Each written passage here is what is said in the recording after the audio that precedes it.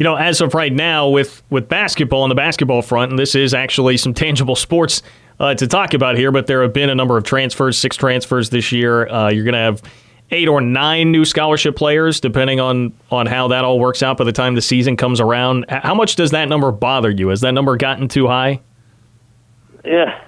I would say in general it bothers me a little bit, but with everything else and the number of transfers across the country, I'd say we're not, that out of whack. I mean, a couple of those kids, we know we're, probably not going to play a lot for us. I think the one that raised a little bit of eyebrows recently was Levi. Not sure why he. Again, I think part of the problem has been is these kids get home and they don't have the influence of their coaches.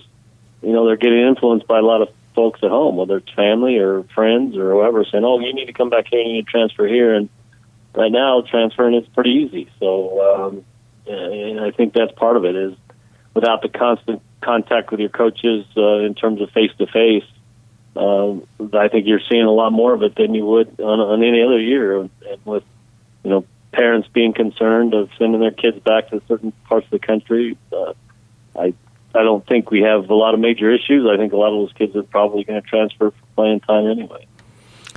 So how much does that combine with the fact that, hey, COVID-19 is here and it's affecting how much time these guys are getting together? Obviously, the European trip has been canceled. How much does that just change your expectation for the upcoming season?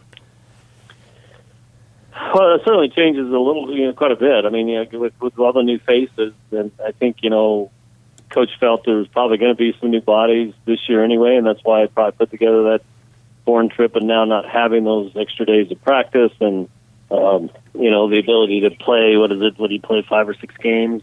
So, yeah, I think a lot of that is going to make it more challenging, but, hopefully we can, again, whether, you get back and you can start practicing and we may have some flexibility on that too with the COVID because of the delays, and they may open up practice more and give us more days to practice for basketball, and that would be helpful. We've adjusted a lot of our NCAA rules because of it, and I would anticipate that to continue even as we get into the winter sports season. Gene Taylor, K-State Athletic Director, talking with us here on the game. On that front, I know Bruce Weber came out on his teleconference the other day and was pretty against the pending legislation that could be coming from the NCAA to allow a one-time transfer without any penalty. You could transfer right away without having to sit out a year. Where do you stand on that and what that might do to college basketball in particular?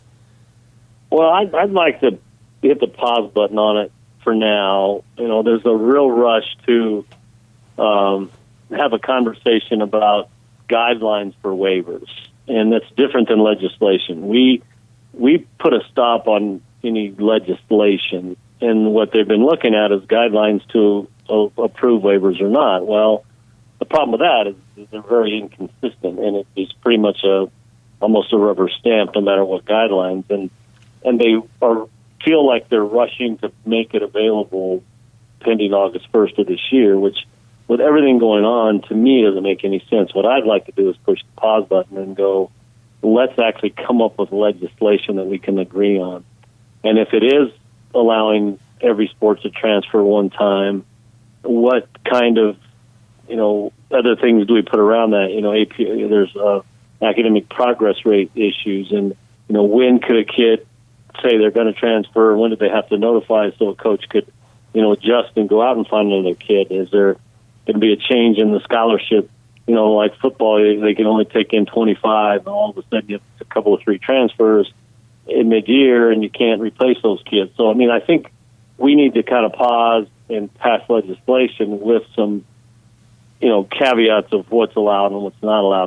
To just base it on guidelines for waiver approvals, that just doesn't make any sense right now. There's too much going on.